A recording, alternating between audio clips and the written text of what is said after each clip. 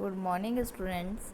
आज हम पढ़ेंगे, आपके अध्याय का पॉइंट है बंद हुए साझेदारी खातों में समायोजन यानी पास एडजस्टमेंट एंट्रीज।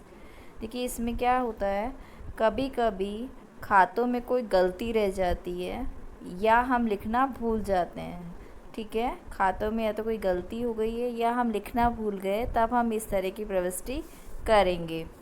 कभी कभी फर्म की पुस्तकों को बंद करने के बाद ये ज्ञात होता है कि इन खातों में कोई गलती रह गई है और साझेदारी संलेख में दी गई शर्तों को पूरी तरह से पालन नहीं हुआ है।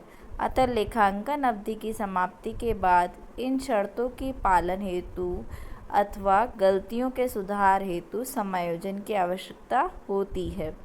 इसके लिए किए व्यवहारों को वो बंद हुए साझेदारी खातों में समायोजन कहा जाता है। ठीक है, प्राय इन मदों में के लिए समायोजन किए जाते थे। कौन कौन से अक्सर गलतियां आएंगी आपके प्रश्न में? पूंजी पर ब्याज का लेखन न किया जाना या कम करना या अधिक करना। जैसे इंटरेस्ट ऑन कैपिटल जो है, या तो देना ही भूल गए या हमने कम दिया या हमने जितना देना चाहिए था उससे ज़्यादा दे दिया। ठीक है, ये फर्स्ट पॉइंट। सेकंड है आहरण पर ब्याज का लेखन ना किया जाना। थर्ड है साझेदारों के पारिश्रमिक, वेतन, फीस या कमीशन का लेखा ना करना।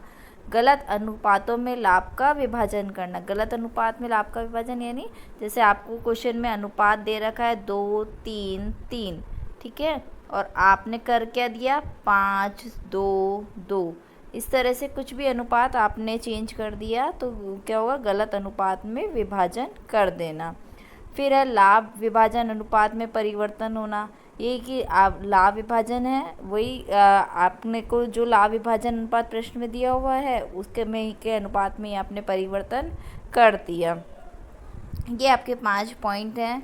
अब इसमें देखिए समायोजन की विधियाँ। अब इसको प्रश्न को किस तरह से हो सकता है? एक तो एकल प्रविष्टि के द्वारा, दूसरा है लाभ हानि समायोजन खाते के द्वारा यानी P and L adjustment account बनाना है। आपने पहले पी एंड एल एप्रोप्रिएशन बनाया था, अब हम P and L adjustment account बनाएंगे।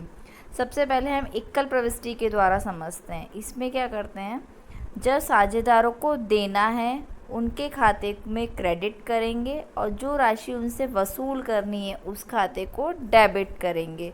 ठीक है, जो देना है, ठीक है, जो जैसे साझेदारों को हमें देना क्या है, जैसे इंटरेस्ट ऑन कैपिटल है वो हमें देना है तो वो क्या होगा, क्रेडिट होगा। और इसी तरह से जो राशि उनसे वसूल करनी है, जैसे इंटरेस्ट ऑन ड्राइंग वसूल करनी है तो वो हम क्या करेंगे, डेबिट करेंगे। ठीक है, जो देना है वो उस खाते को क्रेडिट और जो वसूल करना है उस खाते को डेबिट करेंगे। ये आप ध्यान दीजिएगा। फिर इसमें एक विश्लेषण तालिका तैयार की जाती है यानी एक एनालिटिकल टेबल तैयार की जाती है। ये प्रश्न जब आप सॉल्व करेंगे एकल प्रविष्टि के द्वारा, ये ध्यान रखना, एकल प्रविष्टि के द्वारा जब होता है तब एक विश्लेषण तालिका तैयार की जाती है। उसके बाद अंत में शुद्ध प्रभाव के आधार पर समायोजन प्रविष्टि की जाती है। शुद्ध प्रभाव के आधार पर समायोजन प्रविष्टि यानी एक प्रविष्टि ये बनेगी, gaining partner capital account debit to sacrifice partner capital account. Gaining यानी जिसे राशि मिल रही है, जो प्राप्त कर रहा है, और सेक्रीफाइस यानी जिसको कम राशि मिल रही है, जिसकी राशि कम हो रही है, वो है सेक्रीफाइस जो त्याग कर रहा है। गेनिंग प्राप्त करने वाला, सेक्रीफाइस जो दे रहा है, कम राशि का हो रही है जिसकी, वो होगा सेक्रीफाइस। अब एग्जाम्पल नंबर 14 जो दोनों ही विधि से सॉल्व हो रहा है, एकल प्रविष्टि और लाभ हानि समायोजन प्रविष्टि के द्वारा। मैं अभी आपको एकल प्रविष्टि के द्वारा सॉल्व करके बताती हूँ कैसे सॉल्व करेंगे, ध्यान दीजिएगा। इसमें आया था एकल प्रविष्टि में विश्लेषण तालिका तैयार की जाती है। तो सबसे पहले मैं आपको विश्लेषण तालिका तैयार करना सिखाती हूँ। पहले हम प्रश्न का अध्ययन करते हैं। प्रश्न क्या कहता है, RST एक फर्म में साझेदार हैं, 3:1 के अनुपात में लाभ हानि बांटते हैं। उनके पूंजी खातों का शेष 31 मार्च 2017 को आहरण तथा लाभ समायोजन करने के पश्चात, आहरण तथा लाभ का समायोजन करने के पश्चात क्या है शेष, 1,15,000, 70,000 और 42,000, टीका 42,000 वर्ष के खाते बंद करने के पश्चात ज्ञात हुआ। देखिए अब क्या ज्ञात हुआ, पूंजी तथा आहरण पर 10% की दर से ब्याज लगाना रह गया। मिल गई गलती। क्या रह गया? पूंजी तथा आहरण पर 10% की दर से ब्याज लगाना रह गया। इसके आहरण इस प्रकार थे: 15,000 आर के, एस के 10,000, टी के 8,000, जिन पे ब्याज दे रखा है 1,000, 600 और 400। ये ब्याज दिया हुआ है। वर्ष का लाभ बिना पूंजी व आहरण पर ब्याज के समायोजन के पूर्व 60,000 रुपये था। लाभ दे दिया, 60,000 रुपये था। इन समायोजन की जनरल प्रविष्टि दीजिए तथा लाभ हानि समायोजन खाता और साझेदारों के पूंजी खाते तैयार कीजिए। हम क्या कर रहे हैं? पहले एकल प्रविष्टि, ठीक है। एकल प्रविष्टि में जब प्रश्न सॉल्व करेंगे तब हम आते हैं एनालिटिकल टेबल पर। ये आपके सामने एनालिटिकल टेबल है, दिख रही है आपको? तो देखिए इसमें क्या करना है। एनालिटिकल टेबल में सबसे पहले interest on capital. Interest on capital मैंने कहा था जो दिया जाना है उसे क्या करना है? क्रेडिट, और जो वसूलना है उसे क्या करना है? डेबिट। तो क्वेश्चन में interest on capital, interest 10% capital interest निकालिए।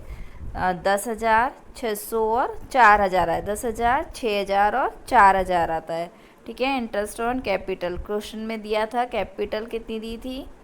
और एक चीज़ और है, इसमें कैपिटल निकालते टाइम आपको ध्यान रखना होगा, ओपनिंग कैपिटल पे निकालना है या क्लोजिंग कैपिटल पे निकालना है। आपको पता है क्लोजिंग कैपिटल क्वेश्चन में दी हुई है, लेकिन हमें इंटरेस्ट ओपनिंग कैपिटल पर निकालना होता है। अब ओपनिंग कैपिटल पर निकालते टाइम देखिए कुछ प्रश्न में हमें क्या दे रखा है? क्लोजिंग कैपिटल, ठीक है क्या। और अब हम निकालेंगे ओपनिंग कैपिटल। कैसे निकालोगे अब ओपनिंग कैपिटल? आप फॉर्मूला याद कीजिए, हम पहले भी निकाल चुके हैं।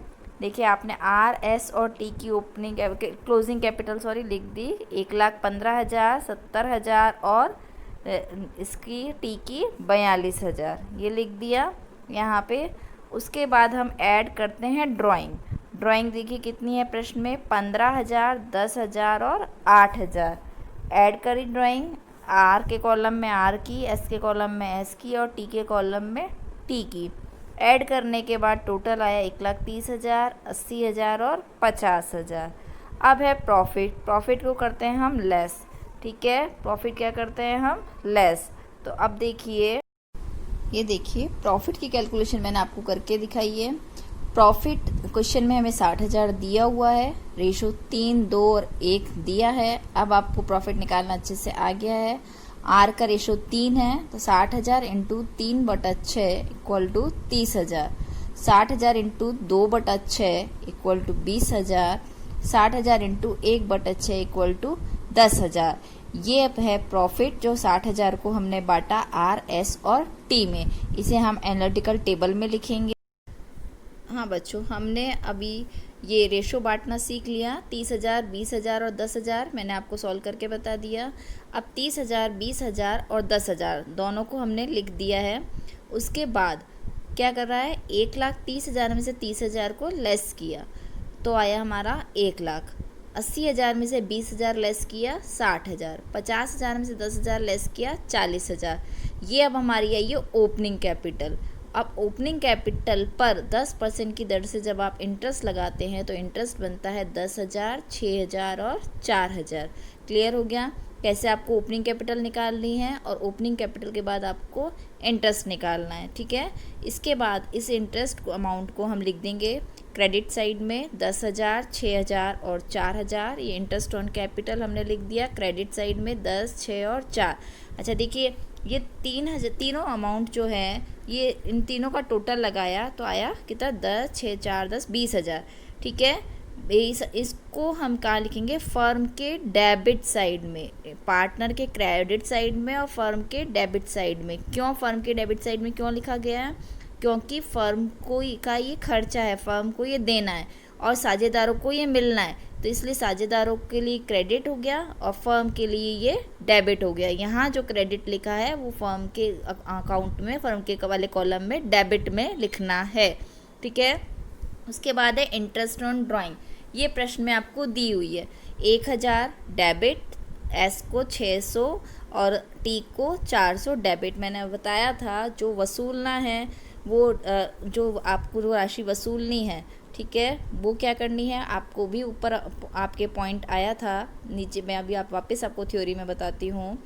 थ्योरी में आपके पॉइंट था यहाँ पर, ये थ्योरी में पॉइंट जो साझेदारों को देना है उसे हम क्या करेंगे क्रेडिट, और जो वसूल करना है उसे हम क्या करेंगे डेबिट। ये मैंने आपको कई बार बता दी है ये वाली चीज़। तो अब आप यहाँ पे ध्यान दीजिए, नीचे जब हम टेबल पे आते हैं तो यहाँ पे हमने क्या लिखा, 10,000, 6,000, 4,000 फर्म में डेबिट, और इंटरेस्ट ऑन ड्राइंग 1,000, 600, 400 फर्म के कॉलम में क्रेडिट 2,000। ठीक है। अब प्रॉफिट क्या बनता, 20,000 डेबिट साइड में, 2,000 क्रेडिट साइड में, यानी लॉस हो गया। लॉस हुआ कितने का, 18,000 का। 20,000 में से 2,000 घटाए तो कितना अमाउंट आता है, 18,000। तो ये कहाँ पे लिखना, क्रेडिट साइड में।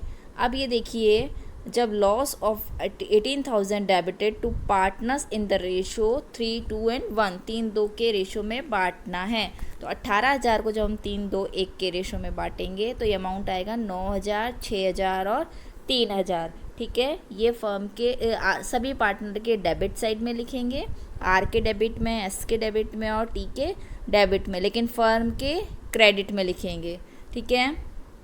अब टोटल लगा दिया सभी कॉलम का। जैसे आर का टोटल लगाया, देखिए डेबिट का टोटल भी 10,000 और क्रेडिट का टोटल भी 10,000। एस का टोटल लगाते हैं, एस का टोटल कितना आ रहा है, 6,600 डेबिट के साइड में और क्रेडिट के साइड में 6,000। देखिए टोटल लगा के 6,600 और क्रेडिट में 6,000। अब दोनों का डिफरेंस कितना हुआ, 6,600 और 600 का डिफरेंस कितना हुआ, 600। अब ये 600 का अमाउंट आपको कहाँ लिखना है, जिस कॉलम का टोटल ज़्यादा आए। ये ध्यान दे लीजिए आप, तो जिस कॉलम का टोटल ज़्यादा है, जैसे 6,600 और 6,000 में से किस कॉलम का टोटल ज़्यादा है, 6,600 का, तो ये 600 का डिफरेंस हम कहाँ लिख देंगे, डेबिट साइड में। क्लियर हो गया।